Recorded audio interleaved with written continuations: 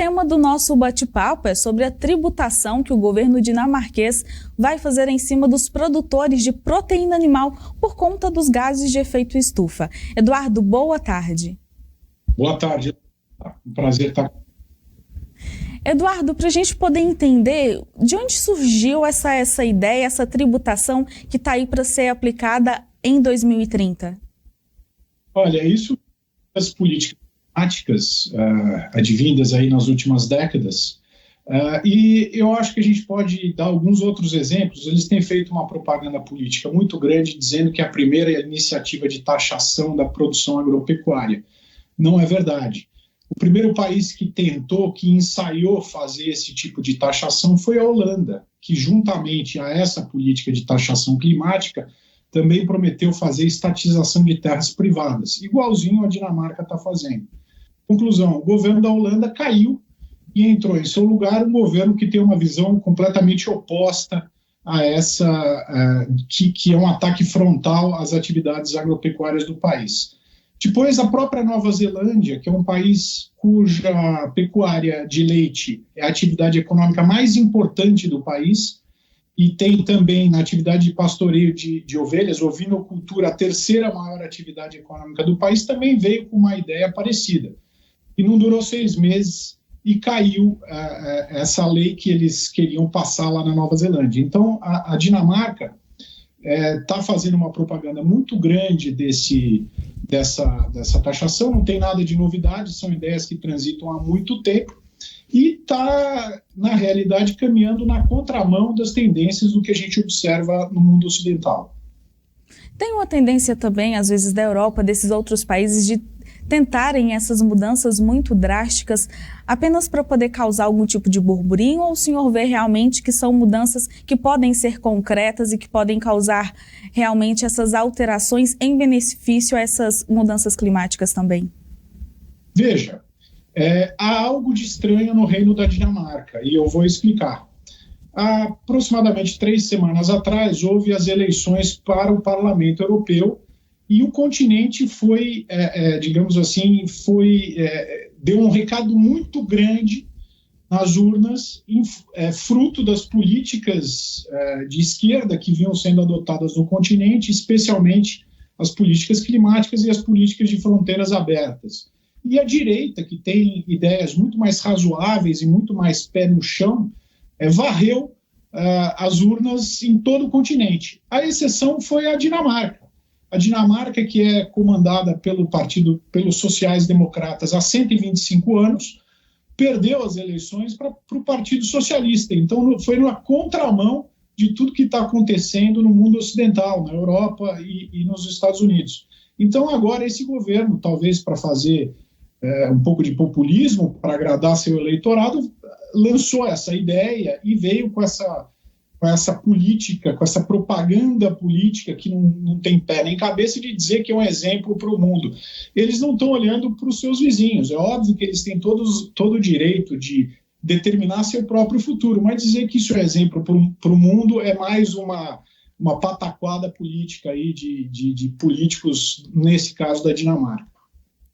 Nós também temos muitas discussões em relação ao COP 2030, se não me engano, e também a participação do Brasil em meio a tudo isso, que tem mostrado também o seu potencial na preservação em meio à produtividade, sem deixar essa produtividade dentro do agronegócio cair também, não é?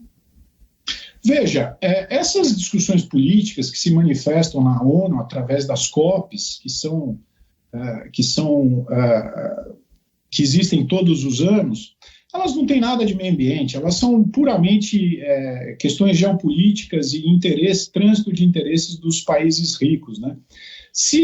Do contrário, se fosse realmente uma questão técnica, né, onde estaria se discutindo questões ambientais, o Brasil seria percebido como exemplo e não como bandido, como entra ano e sai ano, é o caso. Portanto, a gente precisa separar aquilo que é política daquilo que é meio ambiente. E COP é um ambiente mais político que pode existir. E dentro de todas essas relações, qual que são os reflexos que o senhor enxerga dessas decisões muito drásticas também?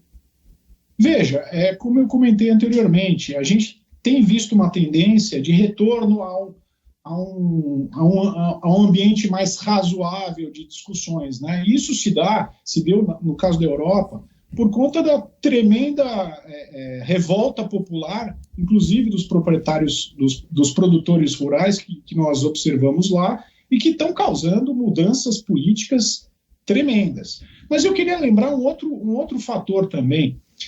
Todas essas políticas climáticas, elas têm, além de serem tecnicamente, na minha opinião, completamente equivocadas, elas têm um custo social elevadíssimo. São contas que eles estão querendo impor às sociedades que não tem como ser pagas. E essa conta está chegando na Europa, por intermédio de inúmeras políticas. E a própria sociedade, os consumidores, né, os cidadãos que vivem nas cidades, sentindo o peso da taxação climática e de restrição de uso, por exemplo, de lareira em suas casas, em alguns casos, eles não querem mais isso. Eles já perceberam que isso é impagável. A sociedade está indo no caminho oposto. Como eu disse, a Dinamarca é uma exceção. E agora eles estão fazendo esse barulho enorme, isso está tendo uma repercussão enorme, mas, como eu disse, não passa de propaganda política de um país que, francamente, dentro do universo da produção de alimentos, não tem relevância nenhuma. E como que o senhor enxerga o caminho que poderia ser o certo para atingir essas políticas climáticas de uma forma mais assertiva? Eu acho que o caminho certo é a gente reconhecer que as pessoas precisam se alimentar todo dia, que não existe atividade mais estratégica no planeta do que a produção de alimentos, não é? Então, o caminho que a gente deve trilhar é o caminho que a gente sempre veio trilhando aqui no Brasil, né? Aqui, para a gente conseguir produzir nos nossos solos pobres do Cerrado, nós necessariamente temos que elevar os nossos indicadores ambientais. Então, para produzir, necessariamente a gente tem que adotar práticas sustentáveis. Não tem ninguém no mundo que chegue aos nossos pés do ponto de vista de potencial de alimentar o mundo e, ao mesmo tempo, fazê-lo com sustentabilidade. Então, o que nós temos, o recado que eu gostaria de deixar aqui para o nosso colega produtor rural, eu sou produtor rural, sou pecuarista, sou produtor de cana-de-açúcar, é o seguinte: vamos continuar fazendo o que a gente sempre fez, que a gente está no caminho certo.